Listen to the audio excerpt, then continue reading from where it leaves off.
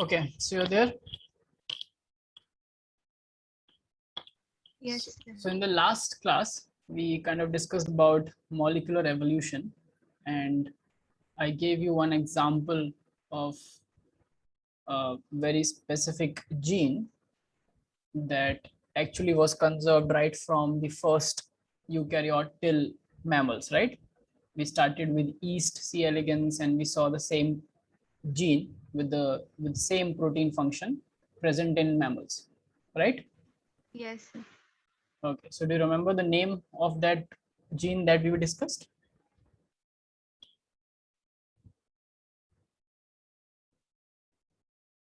What was it? It was a very basic protein, and with a very vital function that it helps mitochondria to make ATPs. You remember what was it? No. Okay. Okay, so we'll take from there only.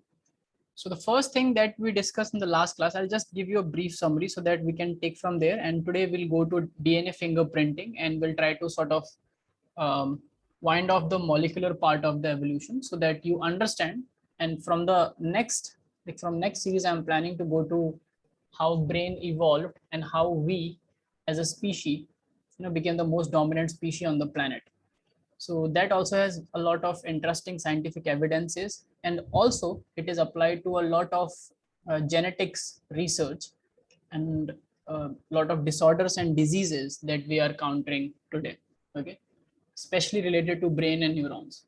So in the last class, we kind of studied that there are proofs of molecular evolution, which actually tells sorry, molecular evolution, which actually tells that you can see the traces of evolution not just in physiology and the phenotype, but also at a genetical level or at the molecular level inside the cell, right?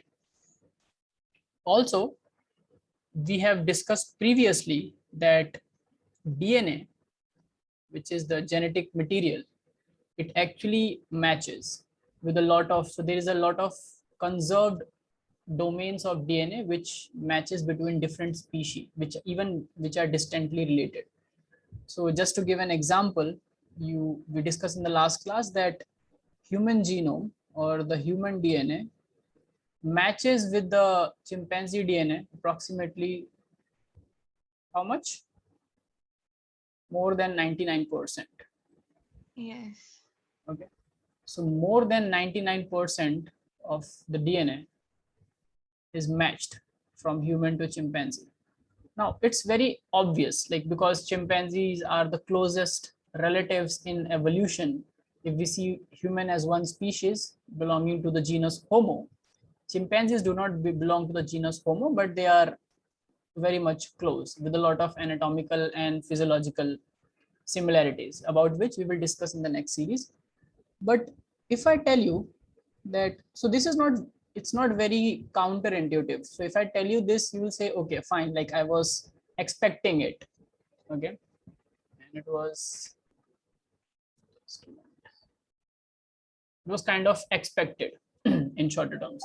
But if I tell you that humans also share around 50% of the DNA with the banana tree, it's not a tree, but a banana plant, how will you react to that?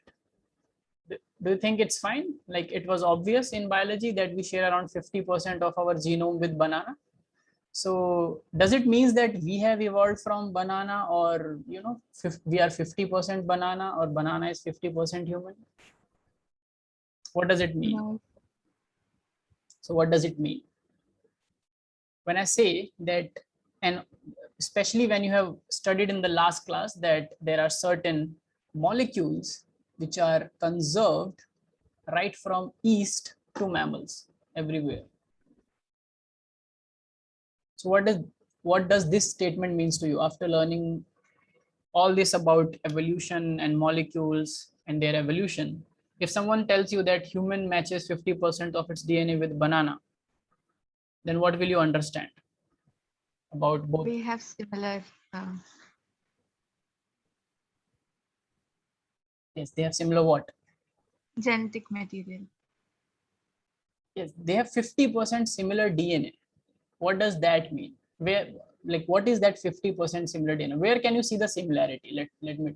So if I ask you where can you see the similarity between humans and chimps, you can easily tell me similarities everywhere, right? Our body plan structure is the same. You know, we have Yes. like we look similar. We can stand erect. We have two legs, two hands, two feet, like two eyes, and the skull is exactly at the right position in both of them. And we both have thumbs, fingers, digits. So all of similarities you can tell me. We both can digest similar kind of food. We have digestive system, we have circulatory system, we have respiratory system. What do we have common with banana plant? Why do we share 50% of our DNA with banana plant? Because if you see a banana plant, if you see a human, you will not find anything similar, right? No, sir.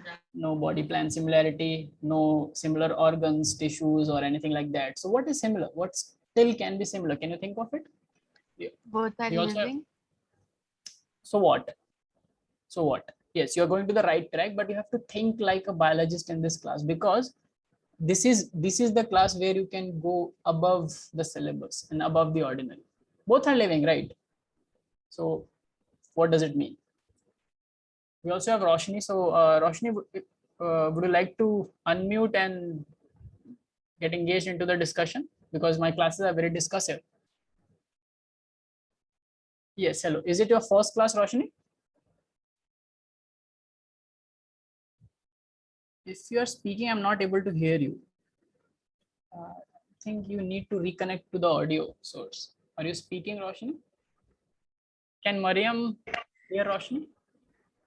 No, sir. Yeah, now. Yes. So this is your first class, Roshni. Yes, sir. Okay. So welcome to Advanced Biosciences lectures. So basically in these lectures, we discuss a lot of different things. Today we are discussing something which we are taking forward from the last lecture, but you don't have to worry, you will understand. We are talking about evolution and we are discussing molecular evolution, right? Yes, sir. And to begin with, just don't worry that you have not attended the last class. You can get a hold on to the lecture recording and look at all the recordings that you can get of the previous classes, okay? Okay, sir. So basically to discuss with, I'm giving you two things. We are discussing about DNA. I'm saying that around more than 99% of human DNA matches with chimps, which is like intuitive, right? I was telling Mariam that it is kind of, it sounds normal because we and chimpanzees are very much similar, right? Yes, sir. Anatomically, physiologically, and even in behavior patterns. So we have all those kind of behaviors that chimps show. But if I say that human shares 50% of their DNA with a banana plant also, so what does this statement means? Because if we understand this statement, we'll understand evolution in the right context. Because often when people understand and study evolution, they just understand that, humans have evolved from monkeys, which is not true. We were never monkeys, and monkeys were never human, or monkeys or chimpanzees can never be human even after millions of years. They will stay chimpanzees and monkeys, maybe a better evolved version of it, but they will never become human because we are human. So what does this statement means to you? So Mariam was discussing. So yes, let's start with Mariam because you have an insight from the last class. So Mariam said that both are living, right? What does it mean? Yes. So where is this similarity coming from? I'm asking.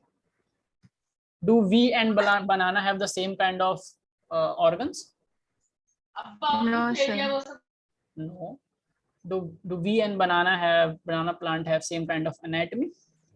No, sir.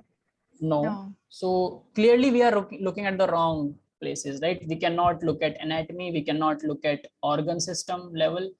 So where should we go? Sir, I have read somewhere that the human skin can be cut even with a blunt knife. So can that be something related to banana? What human skin can be? Cut with a blunt knife. We can cut a human skin with a blunt knife. Yes. Okay, so and how are you trying to relate that to a banana plant? So bananas can be cut with a blunt. Bananas can be cut with a blunt knife. Okay, cool. But then, knife comes into the picture. Evolution happened when there were no knife. Knife is a pretty very recent development, man-made development. Yes, sir. So maybe you are coming to some property. Are you talking about soft tissues? Humans have soft tissues, banana plant have soft tissues. Is that what you mean to imply by that? Yes, sir. Okay, but that is not the right answer. Nice try. So in this class, the worst thing can happen is you can be wrong, but usme bhi ek apna alag maza hai, okay? So let's just discuss it. So we cannot look at the tissue level. So let's forget about soft tissues, hard tissues, because our tissues are very different from banana. A lot of things can be cut with a blunt knife. For example, butter. Doesn't mean human butter and banana evolved from the same origin, okay? Second, we cannot go to physiology, anatomy as well. So where should we look at to find the similarity? Because Start with if the cell. yes, Start with the cell. cell. Compare the. Perfect. Let's start with the cellular state, like cellular level. We have to start with the cellular level. And when we start with the cellular level, if we look at the cell of a human and the cell of a banana, so you have studied already in your NCERT the difference between an animal cell and a plant cell, right? Yeah. So this is an animal cell and this is a plant cell. And there are a lot of differences. You have always made a column and telling about the differences. So this has a cell membrane, for example. Yes, sir. Banana plant also have a cell membrane. But the difference is that this does not have a cell wall, but plants have a cell wall, right? And what is the cell wall made up of? Cellulose. Cellulose. And so a lot of differences can be made. But what, again, in the cell, where should we look to find similarity again? The nucleus. Nucleus. Perfect. So the deeper we go into the cell and the deeper we go into the fundamentals of being living. So you remember you started with the term, Mariam, you said that human and banana both are living, Yes, and sir. that is where in that one sentence everything lies. So by being living, we first have to go to the basic life processes. You remember the chapter life processes? Yes, sir. Now, would you like to, you and Roshni, would you like to enlist some of the very important prominent life processes which you think is happening both in human and in banana? The growth. Yes, sorry, what, Roshni? You have to be little growth, right? So growth in terms of? So external growth. So how is it related to cellular level? Like I'll say that growth in terms of cell division, okay? Yeah. Yes. So to grow, cell has to divide. Yes. So because without cell division, even mountains grow, because a lot of depositions keeps on happening on mountains, and mountains looks bigger after some year. In summer versus winters, when snow is there on the mountains look bigger because they have grown in size because of a lot of snow on it. But it's not the real biological growth. It's just the external physical growth. So we are talking about biological growth. So cell division is one thing, and cell division happen both in banana and human. Next, Mariam said a word. What was it? Another life process? Respiration. Respiration. Do you think respiration is happening in both? Transpiration and respiration. No. What is transpiration? Okay, so because I think we first should discuss these three terms, because to go advanced, we should have our basics and foundation clear. So there are three terms: transpiration, respiration, and breathing. Okay, tell me what is transpiration, Roshni? Which one of the three you know well?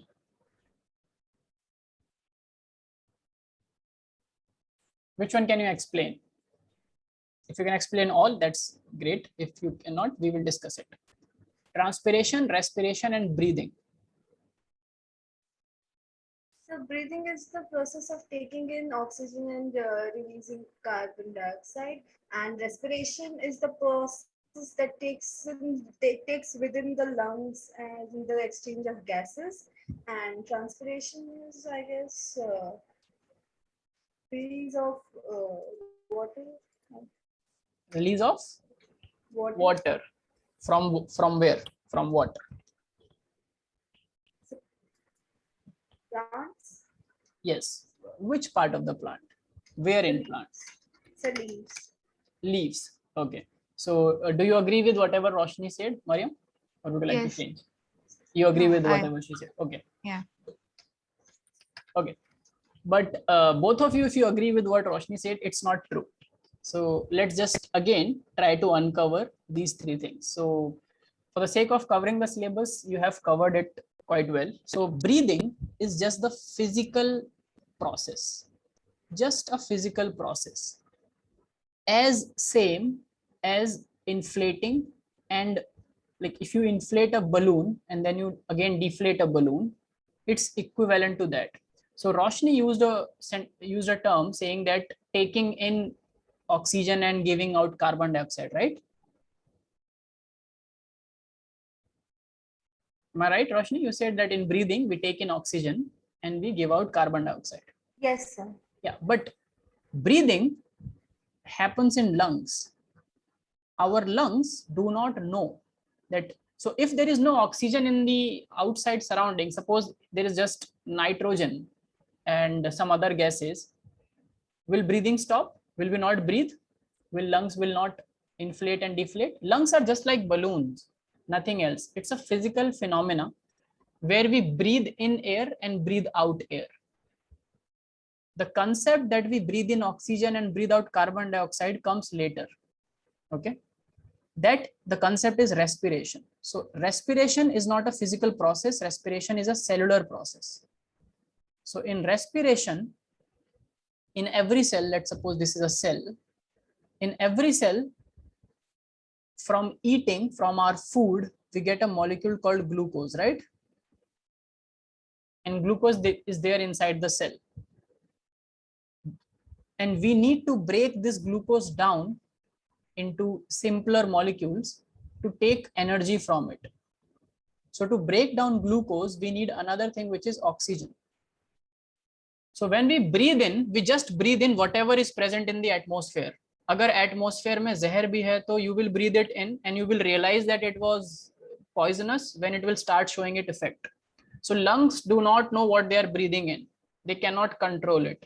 Whatever they are breathing in, so respiratory system is another topic that we will discuss sometime, but I'm just telling you what decides that oxygen will go into the body and carbon dioxide will come out of the body is the partial pressure. So in our blood, so in lungs, there are certain, I'll go to another page. I'll just make a few things for you. So let's say I'm making a zoomed version of lungs. So this is the windpipe, okay? And then it goes and divides into certain branches, okay?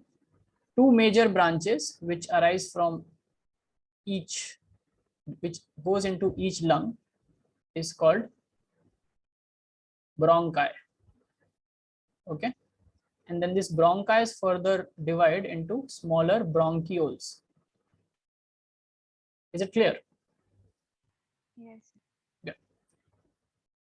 So from here, so this is one lung and this is another lung, right? And if you go at the right terminal point, at the very last point where these bronchioles reach, so I'll just zoom that in and you will see that there are grape vine-like structures called alveoli. So they are the very terminal last structures in the lung where the gas reaches, whatever we breathe in. And on these alveoli, there are, with blue I am making, there are small capillaries which surround the alveoli from everywhere. Okay. So basically whatever we breathe in reaches these capillaries. And again, if I make a zoomed in version of this region, so what happens is, so this is your capillary, okay, and it's in contact with, on one side it's in contact with the alveoli. So when we breathe in, what is the partial pressure of carbon dioxide and oxygen in atmosphere normally? What is the percentage of oxygen in atmosphere? Somewhere around 21%. Remember, 78% nitrogen, 21% oxygen. And what is the pressure of, what is the amount of carbon dioxide? Somewhere around 0.3%, right? Yes. Yeah. So which means clearly whatever we are breathing in from outside, uske andar oxygen zyada hai, right? So when it reaches the alveoli, like bronchi, bronchioles, and finally to the alveoli, these small grape-like structures, when it reaches there, oxygen is more. And this capillary comes from the tissues. So this is the blood here is coming from the tissues. In the tissues, already respiration has taken place. Okay. And during respiration, you know that what happens is we use oxygen to break down glucose into pyruvate. So glucose is a 6 carbon molecule and pyruvate is a 3 carbon molecule. So 2 pyruvates. And as a byproduct, we release CO2 and energy is produced. So what our cells are producing in larger quantity is CO2. They are using O2 and they are producing CO2. This is the waste. तो जो blood tissues से आ रहा है और जो blood इस capillary में मौजूद है, उसके अंदर क्या ज्यादा होगा?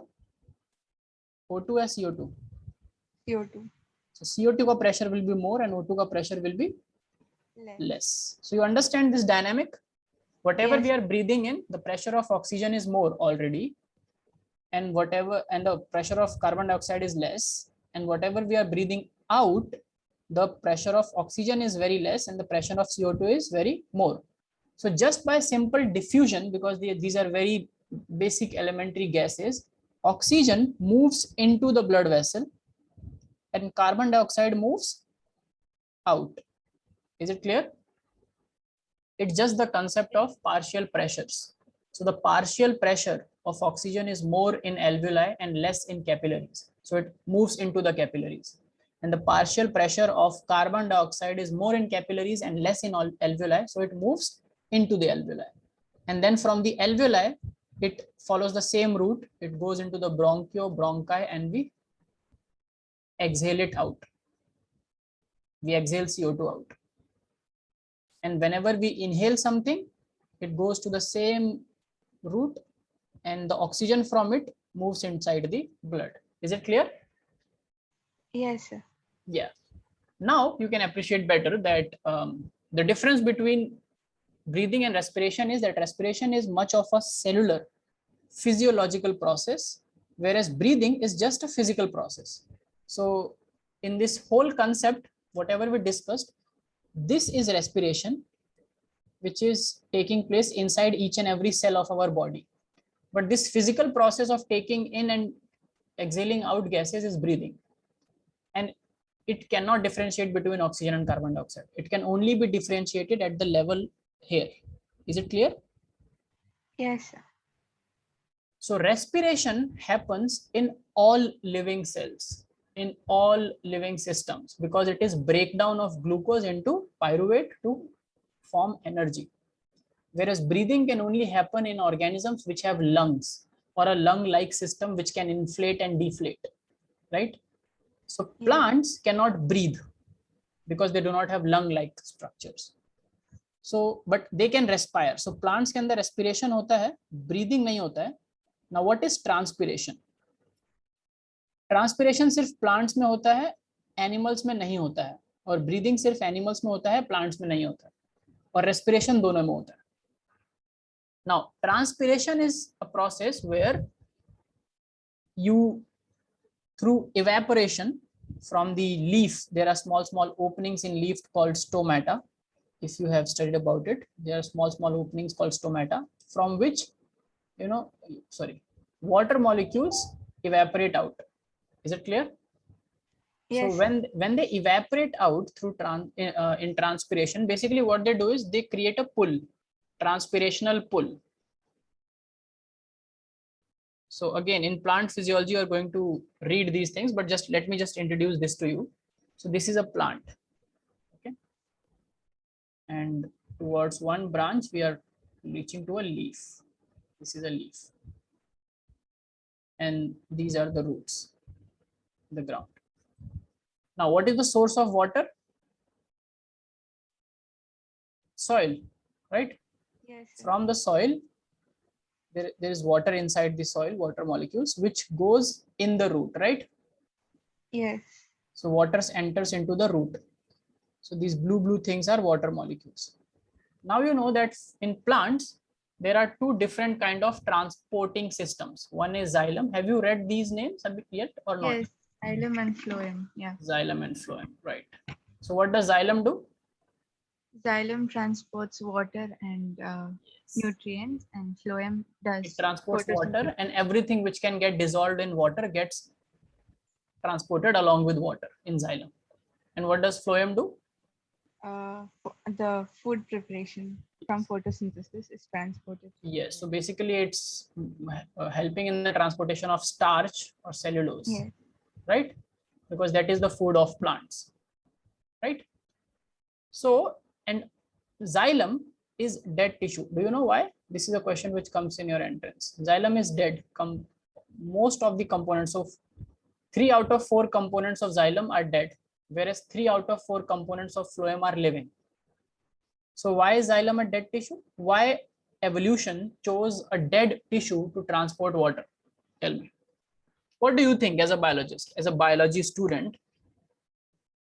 Why did evolution chose a dead tissue to transport water around in plant?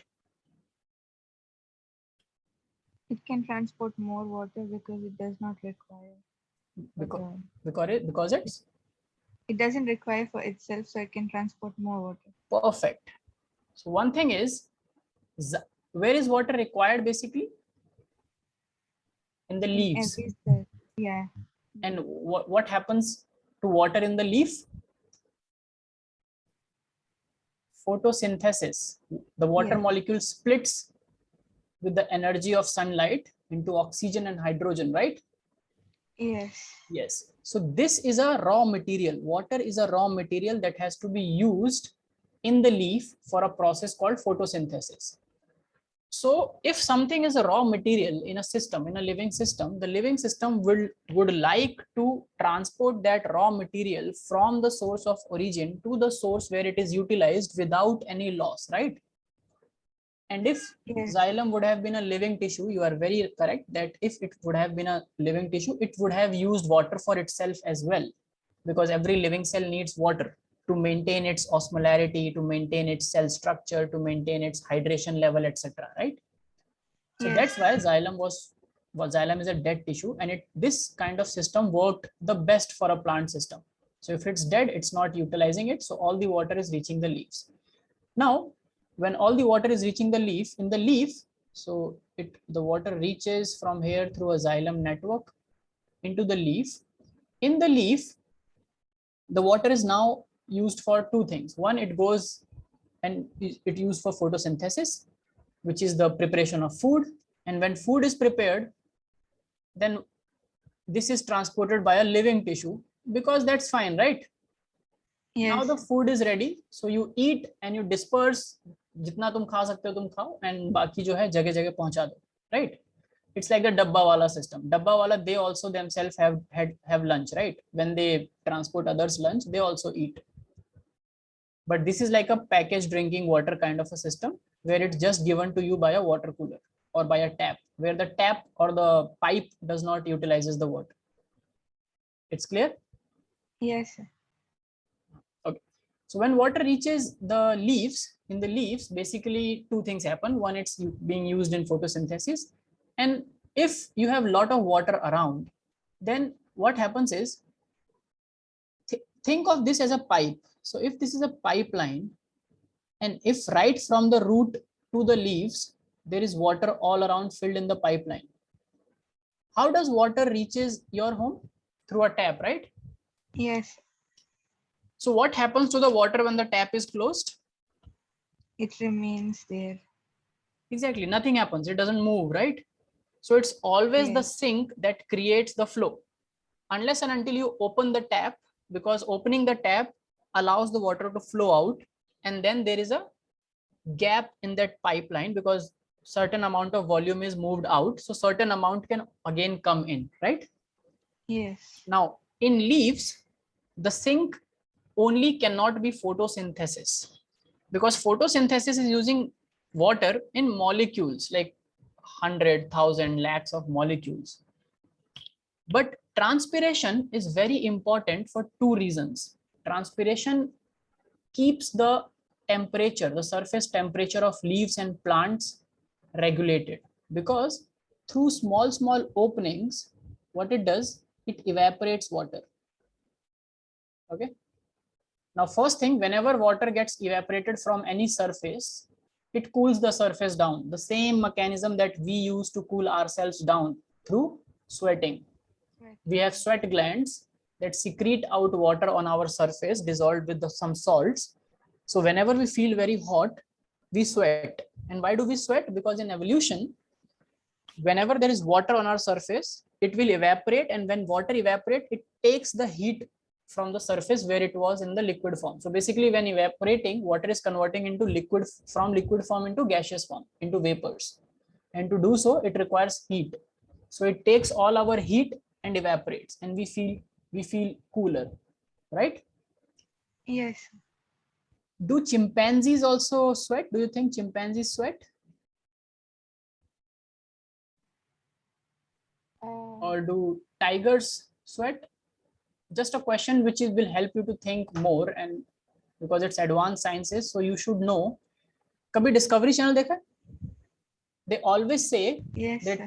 tigers or cheetahs, they are very fast runners, Yes. right? But have you seen Discovery footages where they start chasing a deer, but they cannot chase a deer for very long? They can just Yes. chase a deer for 10 or 20 seconds. And if in that 10 or 20 seconds, if they can catch the deer, it's fine. But if they cannot, if the deer can maintain, it's not like कि forever एक deer के पीछे पड़ गए तो घंटों तक भाग रहे हैं और deer भी भाग रहा है. ऐसा नहीं होता है कभी भी. They can obviously run at like 80 to 100 kilometers per hour, but they can only do that for 10 to 20 seconds. Do you know why? Have you ever thought कि why can't tigers just keep on running forever or cheetahs keep on running forever? क्या हो जाता है? Like थक जाते हैं? Because they don't have the energy. No, but like, what do you think? So after that, after 20 seconds, the tiger just lies down and बेहोश हो जाता है वो. It has energy. Energy is not the problem. We all animals have energy resources to survive for at least days without food, right? Yes. So what happens? To cool itself down. Exactly. So tigers and cats and dogs, they do not have very good sweat gland system. They do not sweat because their whole body is covered with fur. Have you seen a tiger? Tiger's body is covered. What? I have a cat. You have a cat, But right? So you will. I've always noticed that he doesn't run much. Yes. So cats or even if you see dogs, their nose is always wet, and Yes. their tongue, and sometimes their paws, but their body will be dry. They will not sweat through their fur because beneath that fur is a skin. So their skin is covered with fur. So even if they sweat, nothing will happen. It will not help them to cool their body, right? Because fur ke niche, it's like you sweating inside a sweater. Yes. It doesn't make sense, right? Because you're sweating inside a sweater. So similarly, tigers, like bigger cats, they do not sweat. So they cannot cool their body temperature through sweat. So after 10 to 20 seconds, by so much vigorous running, they burn so much of energy that they heat up like a car engine. And if they do not stop, their blood vessels will burst in their brain and they'll have hemorrhage and they'll die. So they have to stop. Evolution has this one gimmick. You are the fast runners, but see, buddies, you cannot run forever. You can just do it for 10-20 seconds. And deers, deer cannot outrun a tiger, that. So if you see evolution and how deers have decided to survive, they just keep dodging the tiger. They are very agile. Whenever a tiger comes, they change the direction. And for few seconds, they just take few seconds, change the direction, and then tiger has to change the direction. Again, when it is about to come close and approach the deer and just about to touch the deer, it again changes the direction. So deer is not trying to outrun tiger. It can never outrun tiger. It is just trying to survive for those 20 seconds, because deers know that 20 seconds अगर हमने झेल लिया, उसके बाद we will get all the time, because we can run for longer durations, because we have a lot of skin from where we can sweat and cool down. You understand the difference? Yes, sir. Yes. So that is where it was just because we were discussing about cooling down. So this is just one information. Tigers have to stop to cool down, otherwise their machinery will just collapse, their brain, because hot blood flowing through the very, very thin capillaries in the brain, anything which is hot expands, right? Yes. So if you are very heated up, and if your body is very heated up, if your blood is very heated up, either you will faint, or your brain will just collapse, or there will be some capillary burst or breakage in your brain or any other organ. So that's the limitation. Similarly, what plants do is they evaporate water, and when they evaporate water from the surface of the leaf, first the leaf cools down, the temperature comes down at the surface of the leaf, and second, because this is a very close network, so water from soil comes into the root through which process? Osmosis. You know what is osmosis? एक experiment भी किया होगा. You keep raisins which are squished like this into a beaker with water, and you come the next day and you find raisin like this. Yes, sir. So what is happening here basically? What is the science here? The water is moving from higher to lower. Higher to lower what? Concentrate. Exactly. So where is the higher concentration of water? Outside. And inside there is low concentration of water. So Yes. what is in higher concentration inside? ये तो सोचा नहीं किसी ने. Water is in lower concentration inside. तो कुछ तो होगा जो अंदर higher concentration में होगा.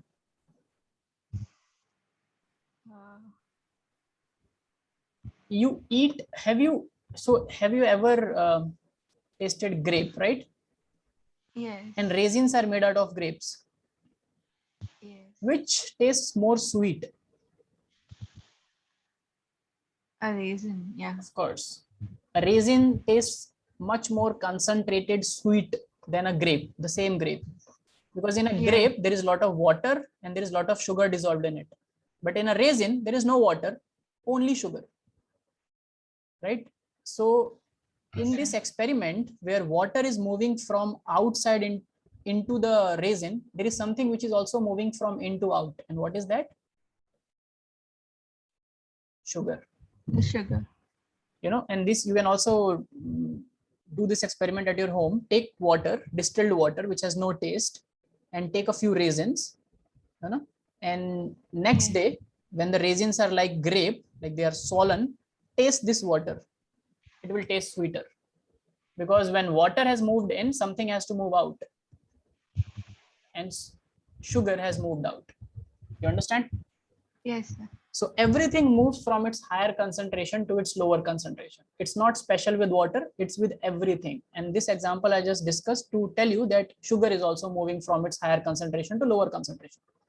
And because we are in an advanced biology lecture, let me ask you about, have you ever got something like some kind of an infection in your throat, where your throat is swollen, or tonsillitis or something? No. No. Okay, good. You're blessed. But have you seen that people who get swollen throat, they're always told by a doctor to do gargles with salt? Yes. Why? What is the science behind this? everything has to be like scientific, otherwise it's not a part of medicine or therapy or remedy. What do you think is happening? I have So no a salty idea. water, Yeah.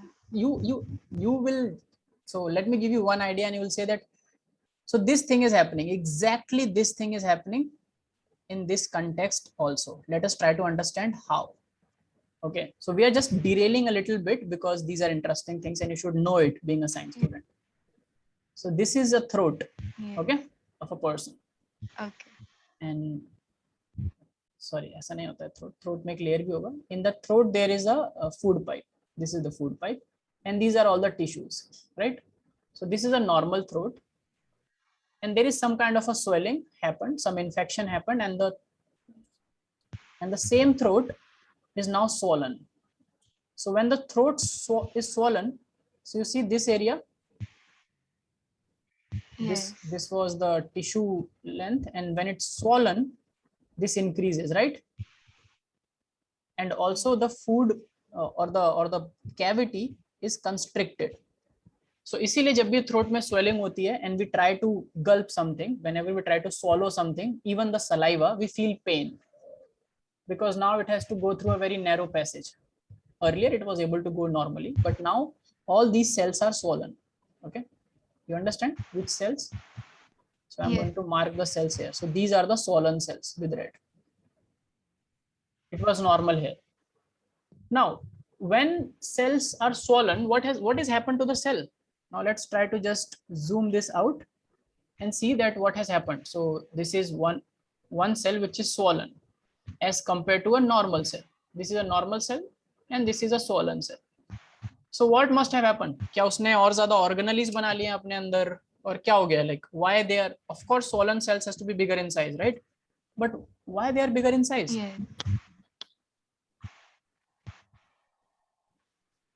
They have more water in them. Yes, their cytoplasmic content. Yes, their cytoplasmic content is more, which means they have, and cytoplasm is 95 to 98% water. So they have more amount of water in it. So if you want to relieve someone of swelling, the first thing that you want to do is take fluid out from that infected tissue region. And whenever there is infection in a tissue, water gets accumulated for a lot of reasons, because a lot of toxins plus a lot of good things are also dissolved in water. So water is there and it gets accumulated into the cells and the cells are swollen. So first thing you have to do is you have to take fluid out to relieve someone of swelling.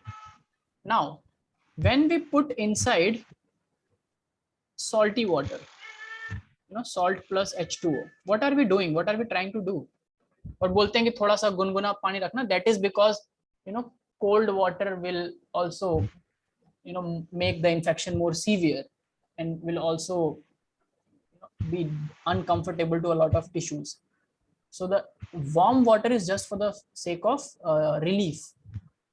कभी भी swelling हो जाती है तो उसके ऊपर थोड़ी सी गर्म सिकाई कर देते हैं, right?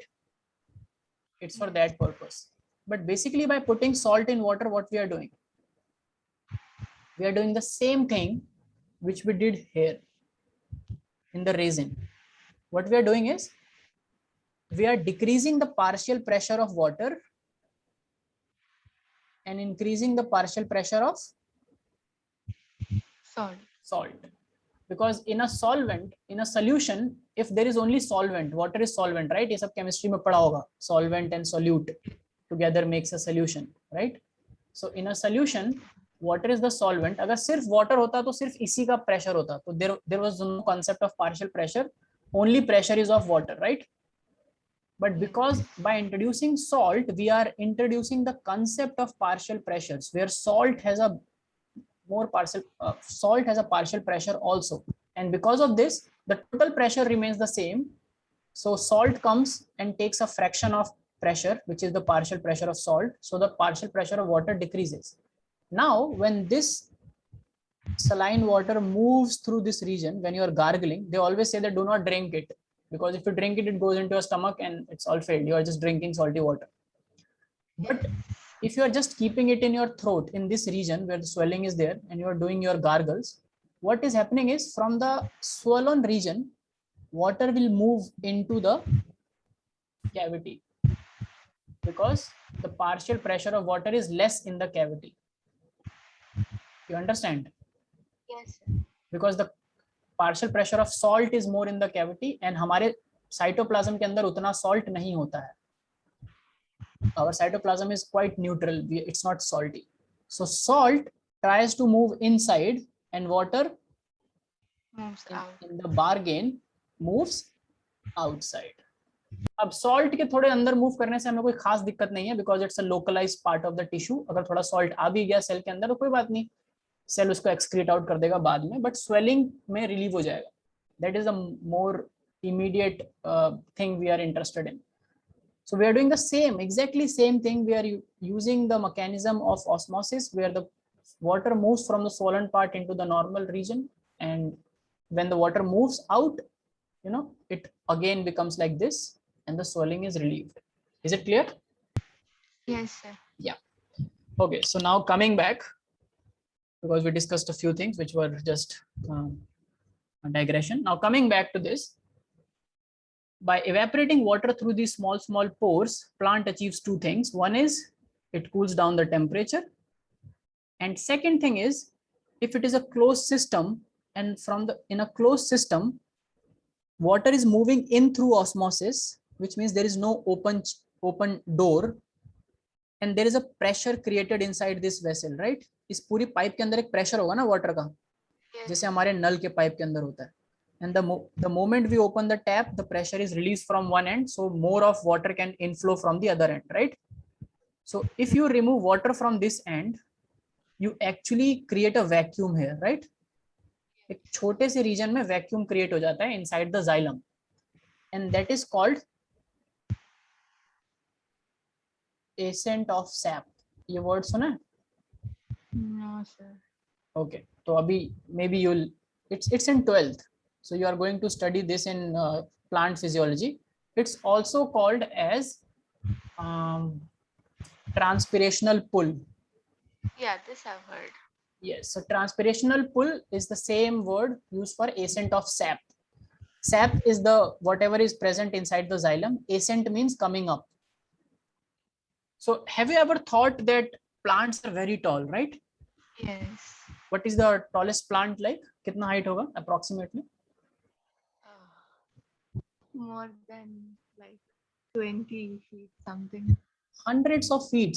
These eucalyptus trees of eucalyptus and these redwood trees are like hundreds of feet tall.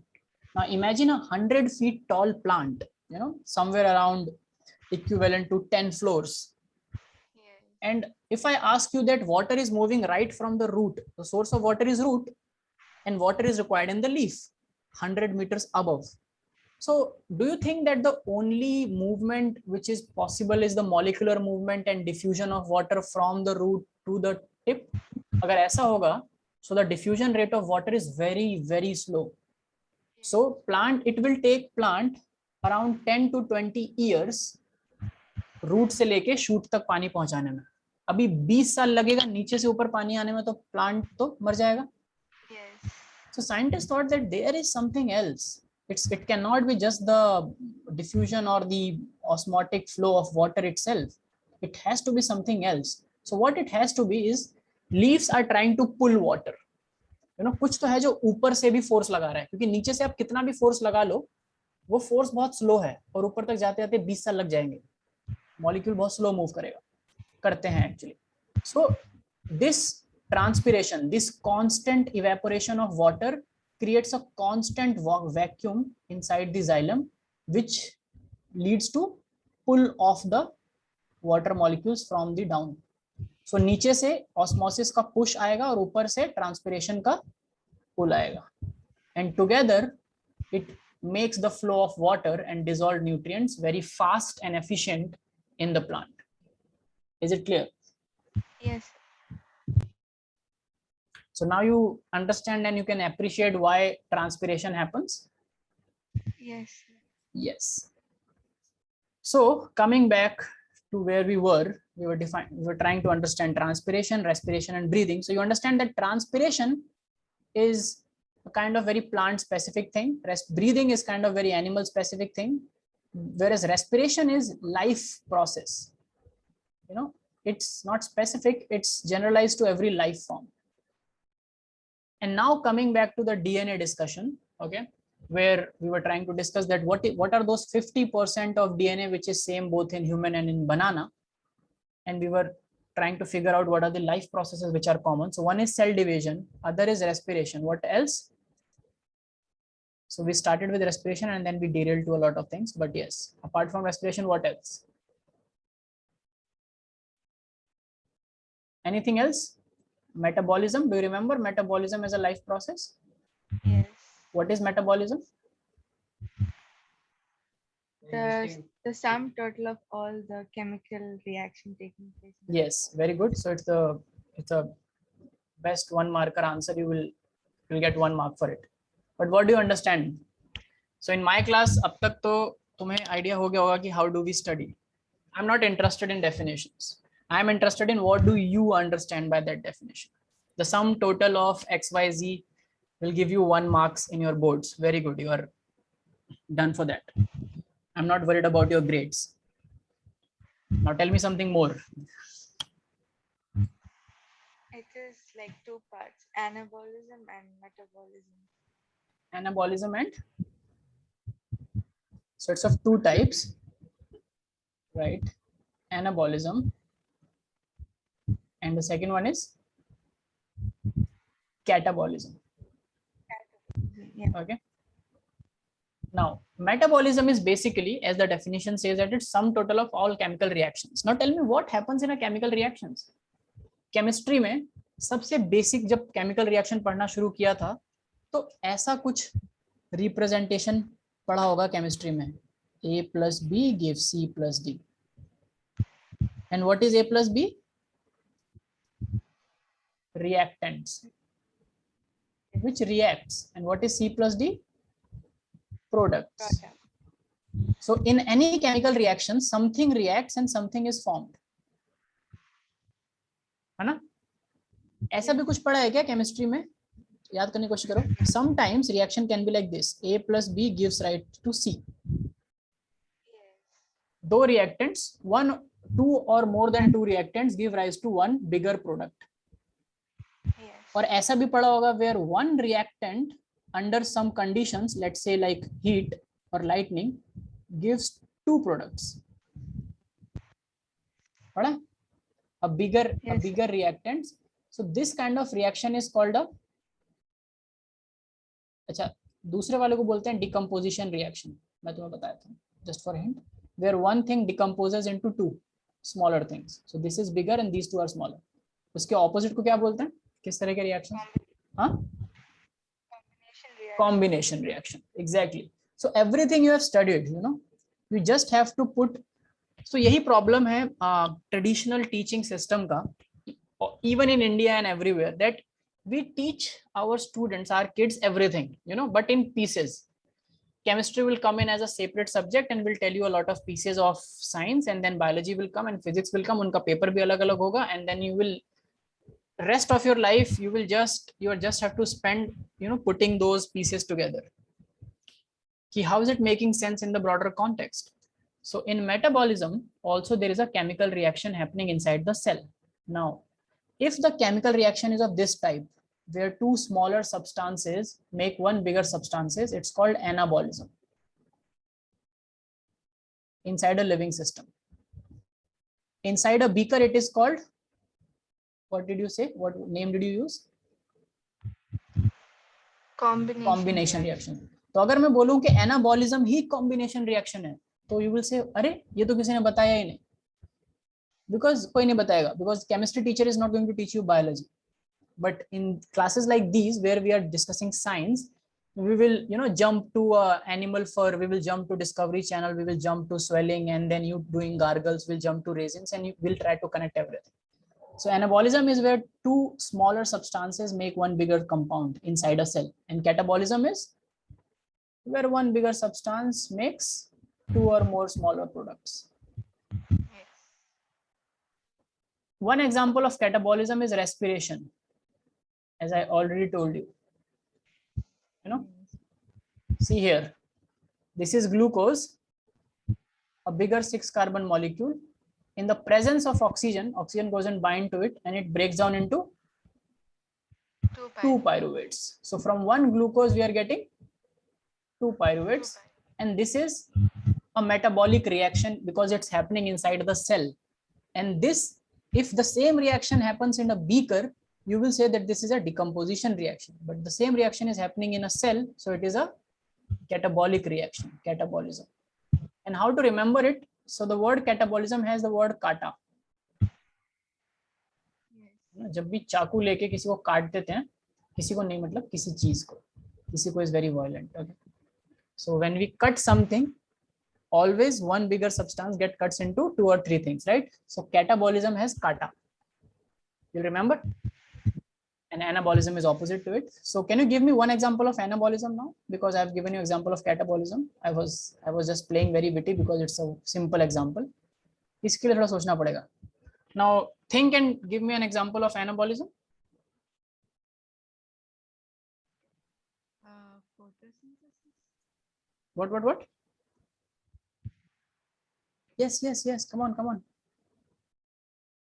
Just speak up. I think that I heard something. You are mute, Mariam. If you are. Yes. Photosynthesis. Exactly. We are using simple substances that we are making food, right? Yes. So I gave you one example, respiration in humans. Respiration also happen in plant cells. You said photosynthesis, which is anabolism. It happens in plant cells. So all these three, and there are many hundreds and numerous other functions happening like this inside a cell. So all the molecules, all the proteins, all the enzymes and everything that is responsible for cell division or respiration or metabolism is encoded by this 50% gene. You understand? Yes. So every basic element of living, cell division, our cell also divide, banana cell also divide, and to do cell division we need lot of enzymes, proteins, factors inside the cell, and all those proteins must be coded by a piece of DNA, which is this piece of DNA. Same for respiration. You know, all the enzymes which are there taking place in glycolytic pathway comes from the common pool of genome. So that's why human and banana share 50% of the genome. This does not mean that human are 50% banana. This means that at the cellular level, there are some fundamental basic processes that are same for every living cell. Is it clear? Yes, sir. But the rest 50% that is not different makes all the difference. It makes banana banana and it makes human human. Is it clear? Okay. So now coming back after all this derailment and a lot of learning, now let's come back to the fact that saying that 99.9 more than 99% of the DNA we share with chimpanzees is same. So with humans, one human with every other human, around 99.99% of the DNA is same, right? Yes, sir. Between one human and other human. But still, ये भी देखा होगा, you have seen in forensic movies or in serials, there is something called DNA. DNA test सबसे commonly बोला जाता है. It's in scientific terms, in scientific language, it's called as DNA fingerprinting, or it is called DNA profiling. All are same. So you know what is this? What happens? किस लिए किया जाता है ये? क्या क्या पढ़ा है? किस लिए किया जाता है? They compare the chromosomes. But what do they compare? 99.99% is same. Something called VNTR. Exactly. So you went back and you tried to find out something. Okay. So let's first try to figure out that what is its use. One is it can use for in crime scenes. Now, if a crime scene where we have to figure out who's the culprit, who's the murderer, or who's the burglar, or who's the person who has done anything bad and who has to be prosecuted and punished, you understand that our reliability on science has to be very, very specific and correct.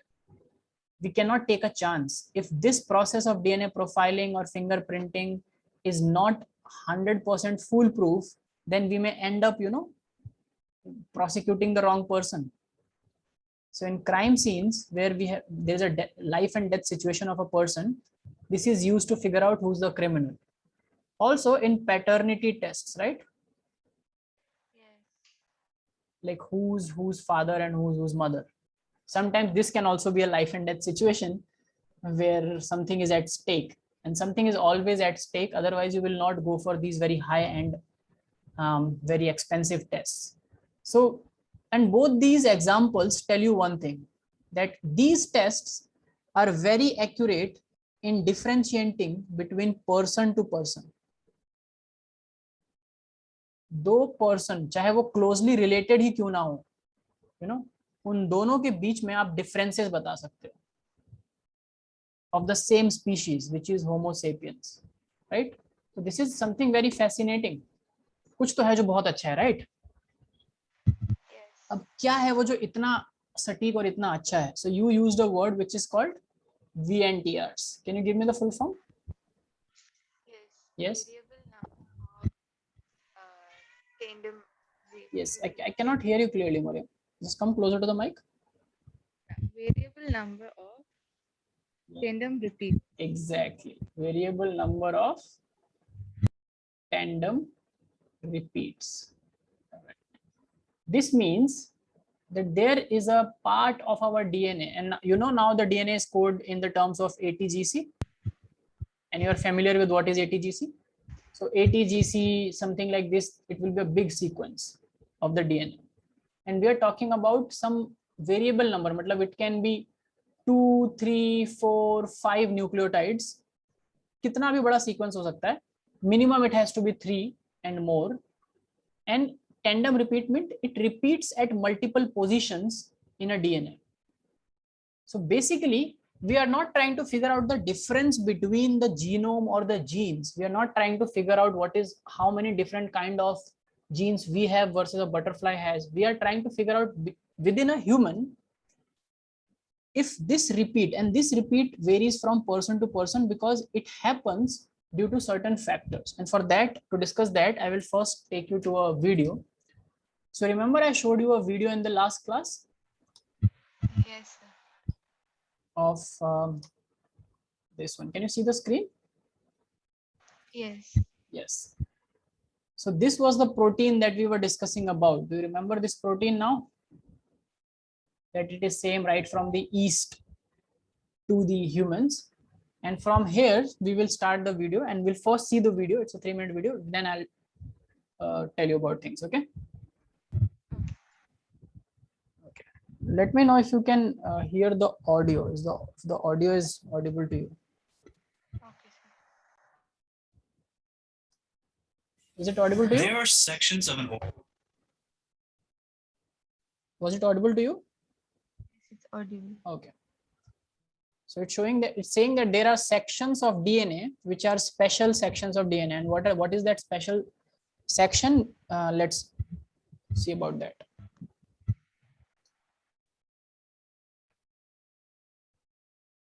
On go full screen. Yeah. organism's genome called transposons that have no other function except for inserting copies of themselves elsewhere on the genome. And there are many very well-known sequences that... So did you just see what happened here? Okay. So there are certain sequences in our genome, in human genome and every genome, which are called transposons or transposable elements. So these are just very short repeats. Like if you see this white fragment, this 1, 2, 3, 4, 5, 6 bases, right? It's representing 6 bases. And it was there here in the DNA. It just looped out and jumped from here and got itself inserted here as well, right? ये बस ऐसे ही करते रहते हैं, इनका कोई काम नहीं है evolution में. So people used to believe that, no one used to understand what is the significance of this kind of jumping repeats, and they were named jumping genes. And in 1995, the female scientist who discovered this, got a Nobel Prize for this, because this later on became the fundamental, fundamental of the technique called DNA fingerprinting, along with some other things that is going to come. So let's just first, I'll let the video complete and then we will discuss. Okay. Okay, so just hear it carefully. Do this. Two such sequences are signs, or short interspersed transposable elements, and lines, or long interspersed transposable elements. Signs and lines are the types of VNTRs. Okay, Mariam? Yes, sir. So signs are shorter repeats and lines are longer repeats, but they are all tandem repeats. There are about 850,000 lines and 1.5 million signs scattered throughout your genome, accounting for nearly 30% of the entire sequence. While they are useless to the genome and sometimes cause significant damage, they are useful to our investigations, since essentially the only way for them to go from one organism to another is through direct DNA duplication and inheritance. Now, did you understand this one line here? So it said that they are useless to the genome. And sometimes it has been seen that in human genome, these random repeats can be around 30% of the sequence that we have. And we have the longest genome sequence. Okay. You know, Okay. in early 1990s, America did a project called Human Genome Project. इसके बारे में NCERT ने पढ़ाया होगा. But do you know that Human Genome Project, before Human Genome Project started, scientists thought that humans are the most complex organisms. So obviously humans are going to have the most number of genes. And what will be the number of genes in a human? It will be somewhere around 80,000 to 1.5 lakhs.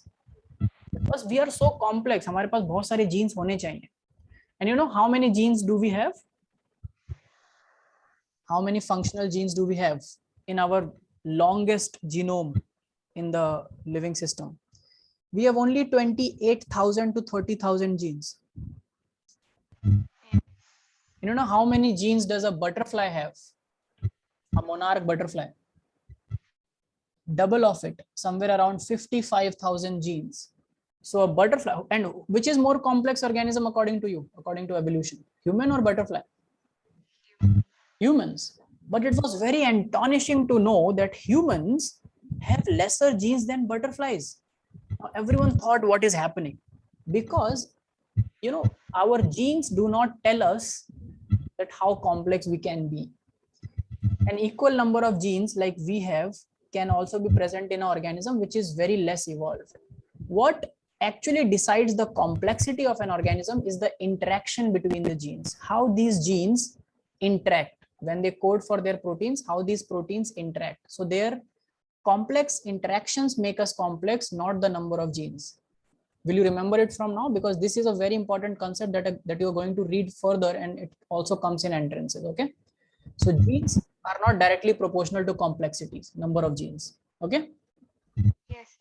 And also in our genome, around 30% of the sequence is these tandem repeats.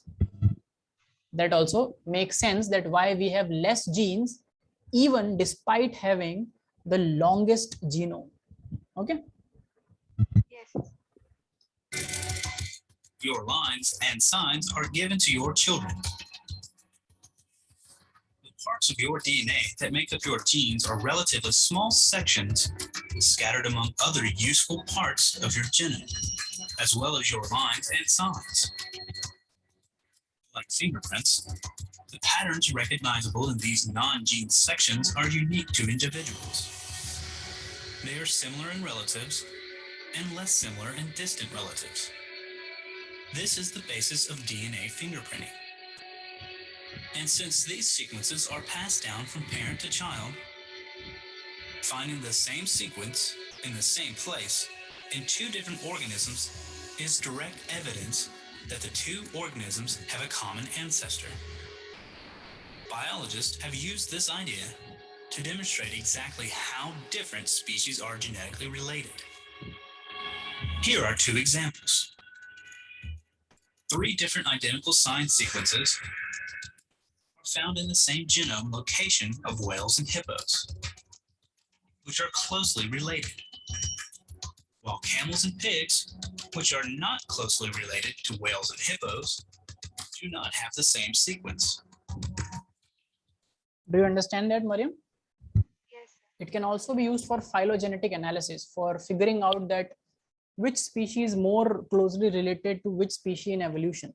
So whale and hippopotamus both are water dwelling mammals. Whales are not fish, they are mammals. And whales, being mammals, are more closely related to hippopotamus than to camels, because camels have evolved completely differently because they live in desert, nowhere near the water. But how can we biologically say that they are distantly related? By looking at these lines and signs. And because these lines and signs are directly transferred from parents to children, okay, so I'll not use full of this video because rest they go into ontology. But now coming back to our whiteboard, so now do you understand that these lines and signs, which are a part of VNTRs, are directly transferred from parents to offsprings? And the farther you go into generation, like if I see the pattern of your lines and signs and pattern of your VNTRs, and if I compare it with your sister or your brother, blood relative, and to your father, and then to your grandfather and your great grandfather, and keep on going back into the generation, I will see that the similarity is less and less as I go up into the generation. You understand? Your signs and lines will match exactly to that of your parents first, because you got it from your parents. It was in your parents and you got it from sperm and ovum. Now you will make your own changes over time, over your lifetime, into some other regions, because जो transposons तुम्हारे parents के अंदर थे, which makes these lines and signs, now those lines and signs are in you, right? Now you also have transposons in your own body, so you are also going to make another type of lines and signs in your own genome, which will not be in your parents' genome, right? But it will be present in your offspring's genome. You understand? Yeah. So this is how we can figure out and differentiate this thing. Now, in the end, I will just show you another video which is specifically dedicated to DNA fingerprinting. It's not a video, it's just one question for you. So let me first, before that question, tell you the how we do it. So basically we take a sample, any sample which can contain DNA. Now, what are the samples which can contain DNA? Any, of biological samples which we can take from a crime scene or for paternity tests? Fingerprint, hair, saliva. Yes, just 1 minute. Am I audible to you? Yes, sir. And if is the screen visible? Yes. Okay, yes, so you're right. What can be the DNA samples? Saliva. Saliva. Fingerprint cannot be a DNA sample. Fingerprint is an identification sample in itself. If you get a fingerprint, you don't have to do DNA test, because fingerprint is going to tell you who the person is directly without doing a DNA test. But suppose there is no fingerprint, the culprit or the criminal was learned and used gloves, saliva, hair root, the tip of the hair because it has living cells, or drop of blood, yes, or any kind of skin debris, Yes. right? Because all these have intact cells. And just like it is called DNA fingerprinting because now we do not have fingerprints, but we have a DNA. And what we are trying to do is the same technique. We are trying to figure out the person. So at the genetic level, it is like fingerprinting only, right? तो हम ये sample लेते हैं, इन samples में से we extract DNA, and there are mechanisms of it which we are not going to discuss today. We'll discuss it later. And from that extracted DNA, because इस DNA का amount तो बहुत कम होगा, एक ड्रॉप ऑफ ब्लड में कितना DNA होगा, right, थोड़ा सा ही होगा. So we have to multiply the DNA. And how do we do it? Have you read about a technique called PCR? Yes. Polymerase chain reaction. Yes. Okay, so we put any DNA and we just amplify the DNA, multiply the DNA, and when we have enough DNA sample, we use something called DNA endonuclease. And remember that this molecule endonuclease actually cuts the DNA. It cuts the DNA at different parts and makes a lot of smaller segments of DNA. Then we take all that DNA and run it on a gel, agarose gel. Okay, and on a agarose gel, we use another property of DNA. So this is a agarose gel, where on one side there will be wells. Have you done this experiment where you have loaded a DNA and run a sample? अभी तक नहीं कराया होगा, right? कराया है क्या? No, sir. We are having online Okay. classes now. So these are well. Do you know that DNA is negatively charged? Yes. So this is the property that we use. So we are scientists, right? And anything that we get, we have to use it. Someone told us that DNA is negatively charged. We said, "Arey wah, maza aa gaya." Abhi if it is negatively charged, what we can do? We can use a negative electrode here and put a positive electrode here and put this whole gel. तो ये जो gel है, इस gel के अंदर छोटे-छोटे pores हैं. And through that pores, the DNA can move, right? But the DNA can only move with respect to its size. छोटे साइज का डीएनए ज्यादा तेजी से भागेगा, राइट, और बड़े साइज का डीएनए धीरे धीरे भागेगा. तो and there is a potential difference from negative to positive, और हमने इसको कनेक्ट कर दिया है एक बैटरी से. एक छोटा सा पोटेंशियल बैटरी लगा दिया और यहाँ पे हमने सैंपल रखा. ये है जो हमें क्राइम सीन से सैंपल मिला है, और ये है कल्प्रिट, मतलब जितने भी 1 2 3 4 5 हमारे सस्पेक्ट्स हैं. And then we will see the way this DNA runs and the pattern it forms. If it matches with any of this, then we will come to know that the lines and signs or the pattern of the DNA is same, right?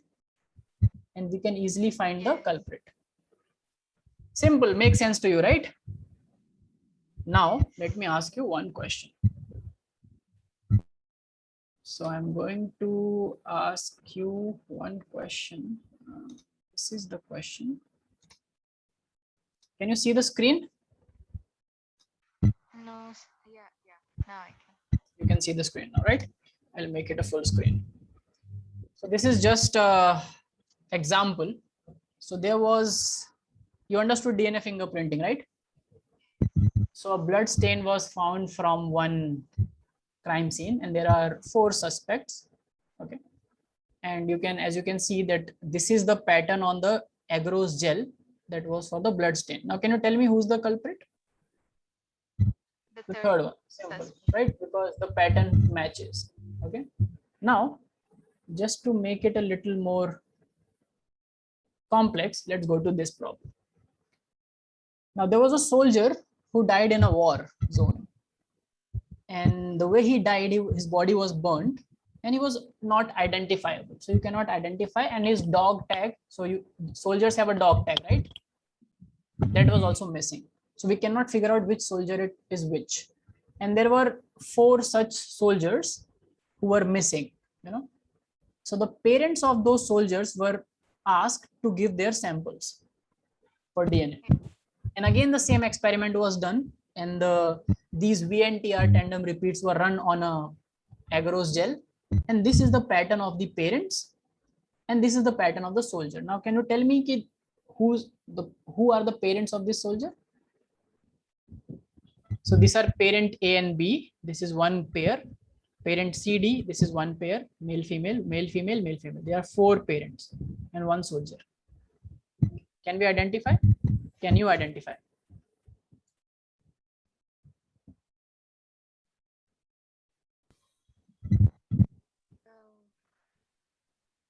Now, one thing that you have to take. I think C and D.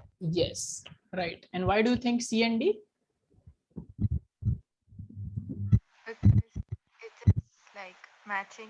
Yes, because at every locus, he must have got these signs and lines from at least one of the parents.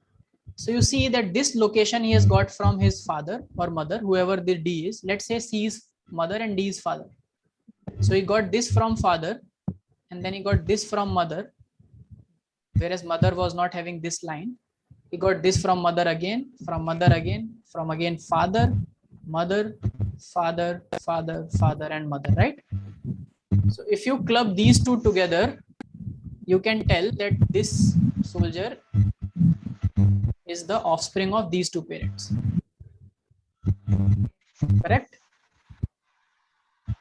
Yes. Yes.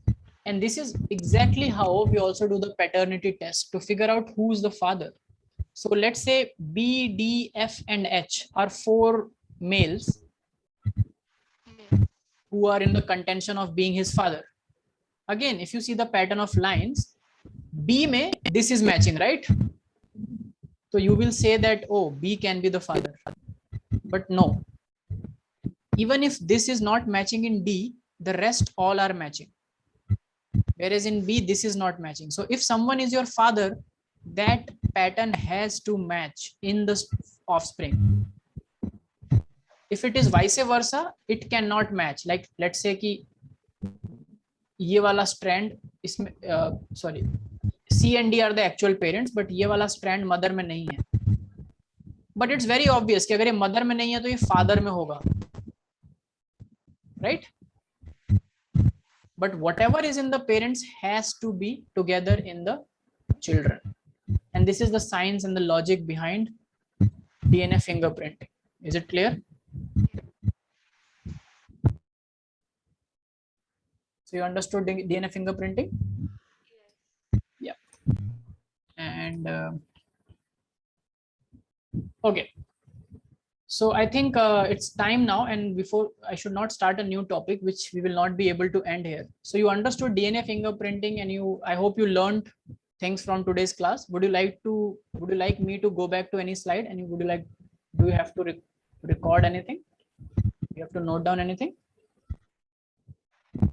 Yes, sir. The second last slide. Second last slide. Okay, so I'll go to this one. Yes. Okay, this one. So whatever we discuss in these classes is going to help you at some or the other point. Even if you don't remember it, just keep a note. Make a notebook of these advanced biology classes. Next time when you will read this